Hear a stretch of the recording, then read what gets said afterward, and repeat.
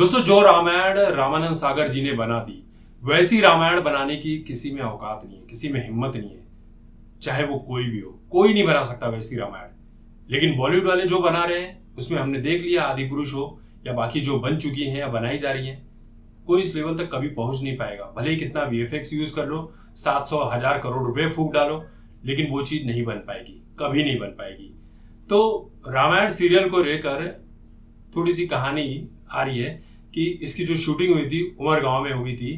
उमरगांव पहले कोई जानता नहीं था, लेकिन रामायण सीरियल बनने के बाद आज वहां पर एक बहुत बड़ा स्टूडियो सेटअप है। कई ऐतिहासिक और जो पौराणिक कथा वाले सीरियल हैं वहां पर फिल्माए जा रहे हैं, फिल्में बनाई जा रही हैं, सब कुछ हो रहा है। ये महाराष्ट्र और गुजरात के बॉर्डर पर है उमरगांव।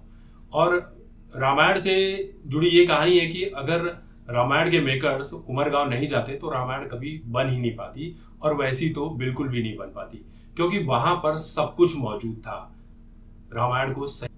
प्रेम सागर है, वो कहते हैं कि वहां के प्राकृतिक वातावरण ने उस शो को पूरी तरह से जीत लिया। आर्ट डायरेक्टर जो थे हीराबाई पटेल, वो बहुत ही टैलेंटेड इंसान थे। वाडिया ब्रदर्स हुआ करते थे, उनकी सभी फिल्मों में उन्होंने कहा।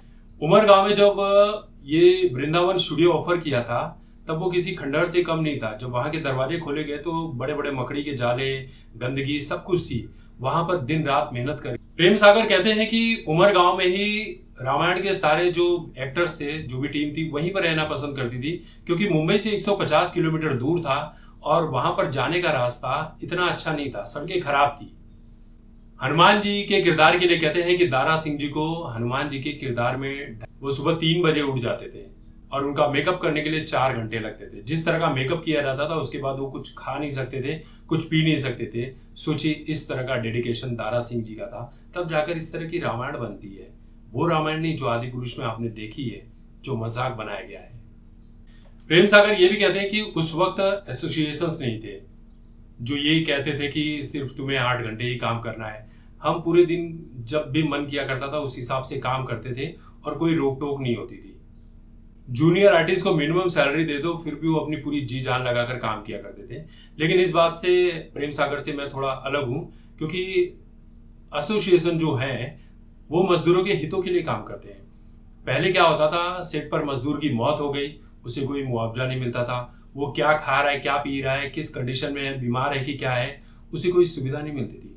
लेकिन आज मजदूरों को सब कुछ मिल रहा है, इतने सारे एसोसिएशन होने के बाद।